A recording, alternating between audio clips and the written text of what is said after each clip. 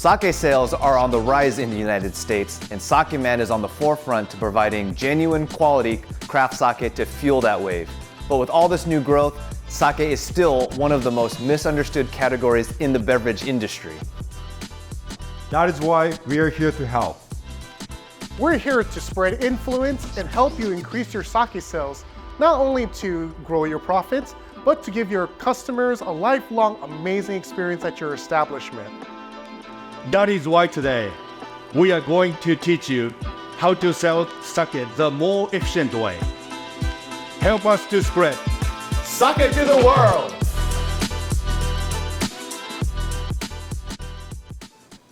Being a server is tough work. You have to tend to many customers, tables, and memorize all of the dishes. So we know selling sake during this time can be super tough. Let's take a look at an interaction at a restaurant just like yours of the typical sake experience. Hey, how's it going? Welcome in. What beverage can we start you off tonight? Thank you. I think I'm going to try some sake. Excellent choice. Well, I recommend for you Junmai, which has a polishing ratio of 70 to 80%, which is also known as Seimai Buai. Or you can do a Junmai Ginjo, which takes more fats and lipids off of the rice. Or you can do a Junmai Dai Ginjo, which that sounds good and all, but I think I'll just have a beer. Oh, just a beer? Oh, okay, coming right up, sir.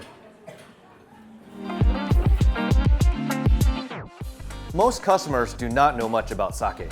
So if the menu is organized in categories such as Junmai, Honjozo, Junmai Ginjo, Dai Ginjo, and so on, it can be overwhelming. And sake brand names can be very intimidating. Suehiro Densho Yamahai Junmai, Chiyo Musubi Goriki Junmai Ginjo Nama, Tsuji Honten Gozenchu 1895 Bodemoto Muroka Genshu Omachi Junmai. Haha, I know. It's okay. We're here to help you and show you a better way. Sake to the world! List your sakes by flavor profile and give them an English name.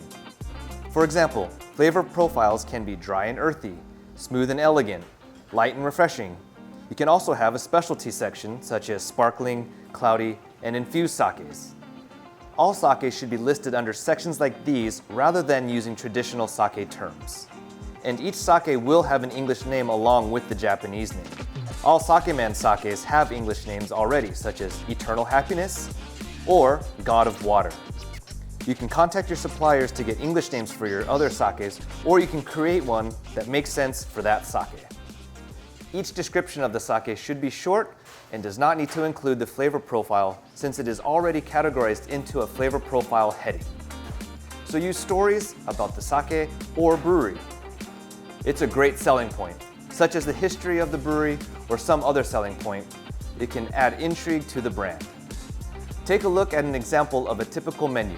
Sake is organized by the category and its bottle price. As a customer, it's very hard to choose something you might like. Here is the same menu, but using flavor profiles. With this menu, the customer knows what to expect in terms of flavor and can possibly try something new. The sake is user-friendly with English names. Also, the sake is sold by the glass and by the bottle. This is very familiar to American customers. Here is another example of an actual menu being used. These types of sake menu increase sales dramatically. Many of our customers that changed to this style of menu have more than doubled their sake sales. Sake lasts for weeks after being opened. Most people do not know this. Many restaurants offer small bottles or sake sold by the bottle. Have you ever seen a restaurant that does not offer wine by the glass? Absolutely not.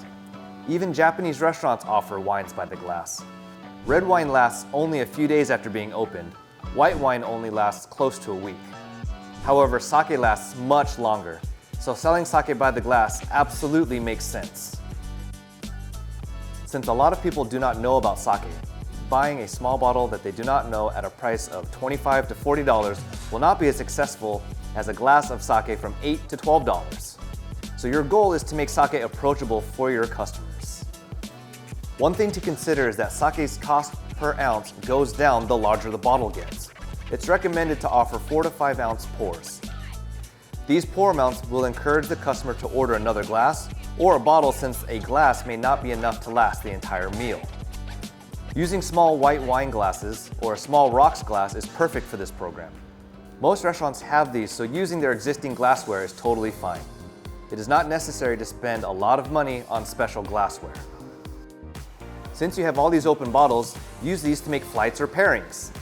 1 to 2 ounce pours of 3 different sakes.